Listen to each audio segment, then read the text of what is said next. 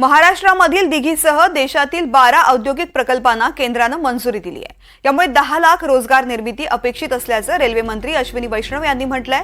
पंतप्रधान मोदी यांच्या अध्यक्षतेसाठी मंत्रिमंडळाची बैठक पार पडली आणि या बैठकीमध्ये महाराष्ट्रातील दिघी येथे उभारण्यात येणाऱ्या औद्योगिक प्रकल्पासह देशभरातील 12 औद्योगिक प्रकल्पांना मंजुरी देण्यात आली। 12 औद्योगिक प्रकल्पांवरती 28,602 कोटी रुपये सरकार खर्च करणार असून यातून 10 लाख रोजगार निर्मिती होणार आहे। 12 औद्योगिक प्रकल्पांमध्ये महाराष्ट्रातील दिघी बंदराचा समावेश है। और ये जो जाल अब बिछ रहा है, अभी तक 4 प्रोजेक्ट्स तो बहुत तेजी से लग चुके हैं, 4 पे काम शुरू हो गया है और आज माननीय वित्त मंत्री ने 2 प्रोजेक्ट और कैबिनेट ने 10 ऐसे 12 और प्रोजेक्ट्स तय करके अप्रूव करके 20 इंडस्ट्रियल स्मार्ट सिटीज टाउनशिप्स इस देश के अलग अलग राज्यों में अब शुरू हो गई हैं, हो जाएंगी। 8 शुरू हो गई हैं, 12 और जल्द शुरू हो जाएंगी। इन सभी 20 प्रोजेक्ट्स की जमीन निगदिग के हाथ में है।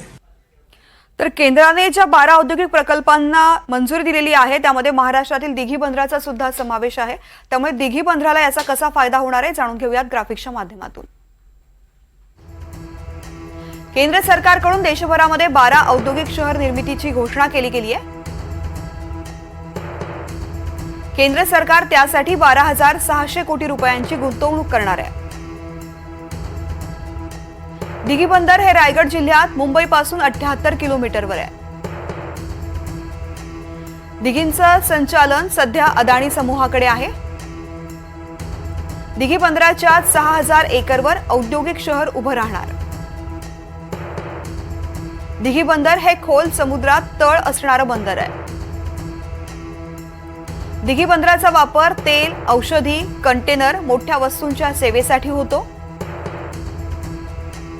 दिघी बंदर औद्योगिक शहर आहे, हे दिल्ली मुंबई कॉरिडॉरचा सुद्धा भाग असेल।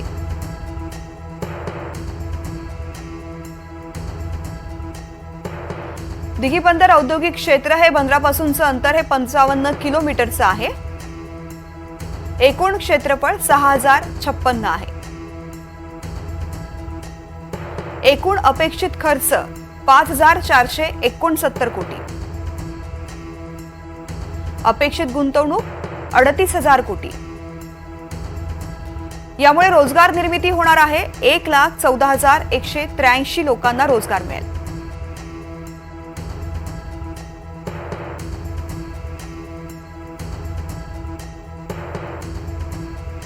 तर एकूणच दिघी बंदराच्या विकासाचा फायदा हा अवघ्या महाराष्ट्राला होणार आहे।